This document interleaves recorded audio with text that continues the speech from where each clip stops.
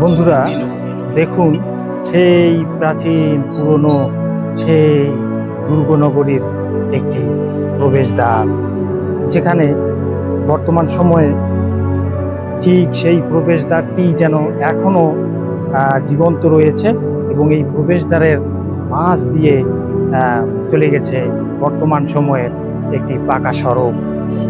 এই যে দেখুন, আপনারা দেখুন,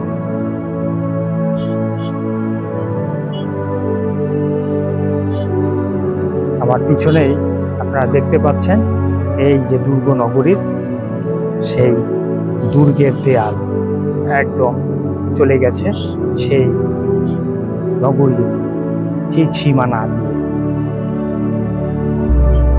এই পাশটাতেও আপনারা দেখতে পাবেন, এই দেখুন সেই দুর্গনগরীর প্রাচীর।